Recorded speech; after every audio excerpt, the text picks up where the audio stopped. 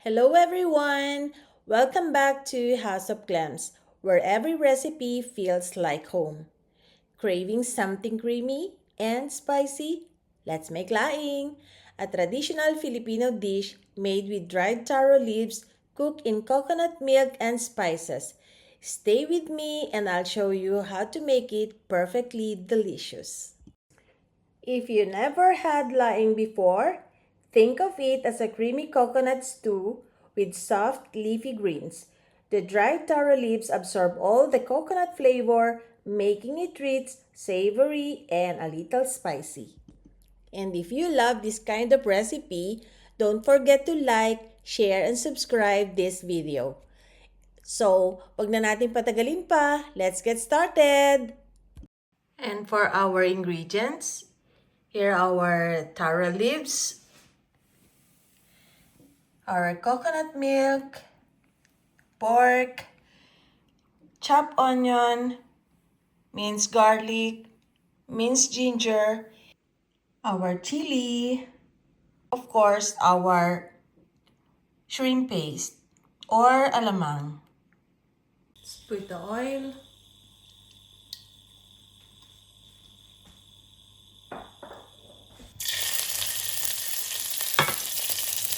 Let's fry our pork first.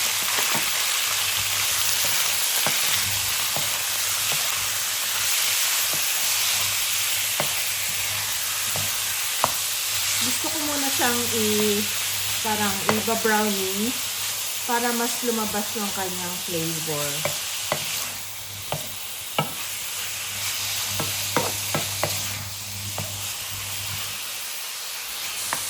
At kapag medyo nag-brown na yung ating meat, then set aside.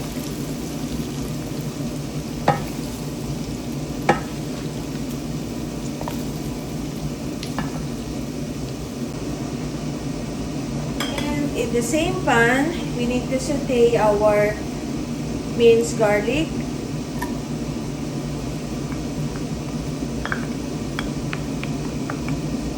Sayang.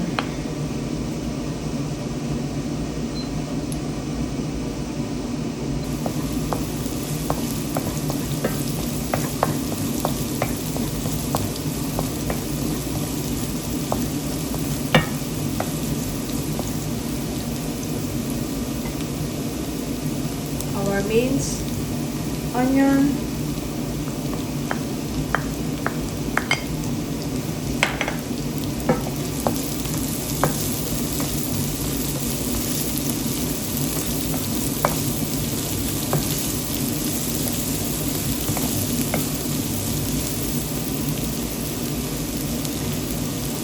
our minced ginger,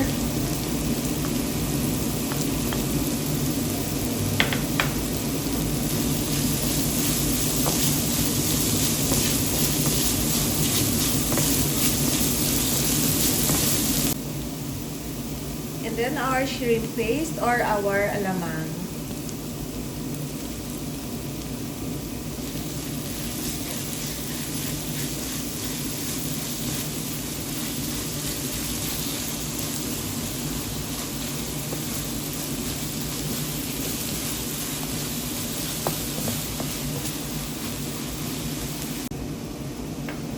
Then add our chili, adjust to your liking.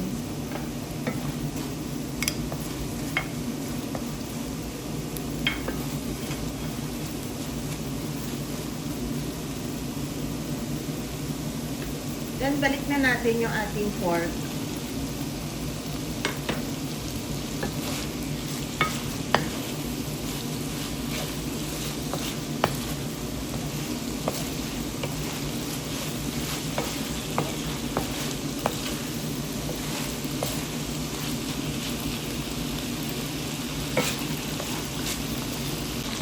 Then add our coconut milk.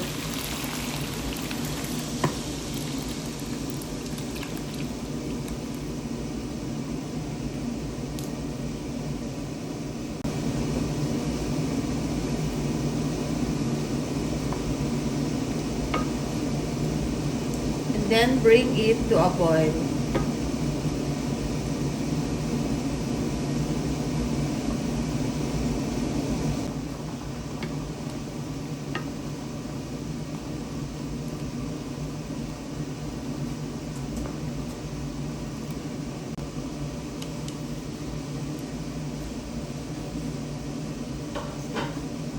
Then now we need to add our taro leaves.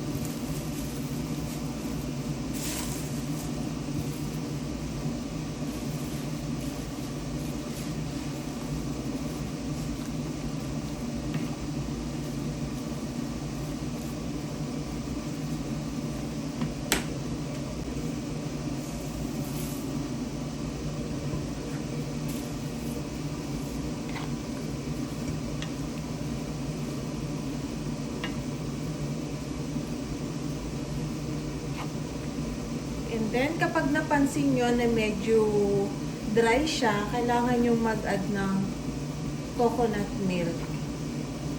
And if possible, kung meron kayong coconut cream, mas maganda.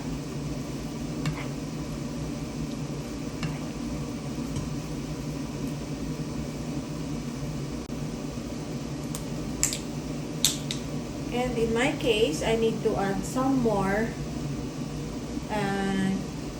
coconut milk.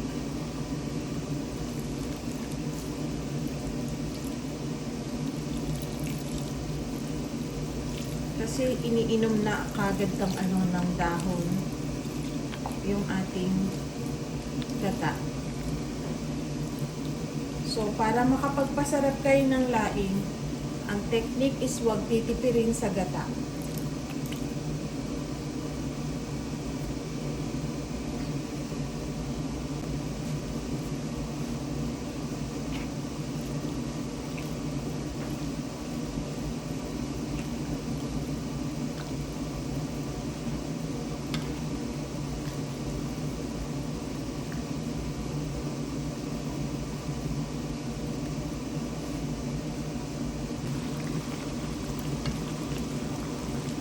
Yan, okay na po yung ating laing.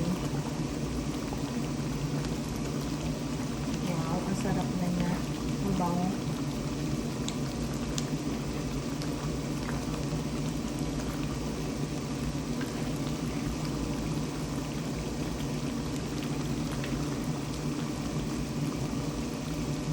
Malalaman nyo po pag luto na yung ating laing kapag hindi na matigas yung dahon at saka hindi na siya yung alam nyo parang creamy na siya kainin.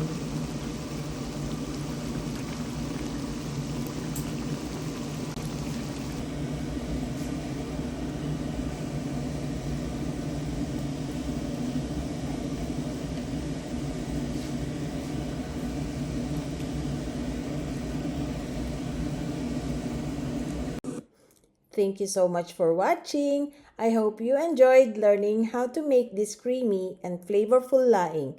Give it a try at home and let me know how it turns out. Don't forget to like, share, and subscribe for more delicious recipes. See you in my next video. Bye for now. Have a nice day and God bless you all.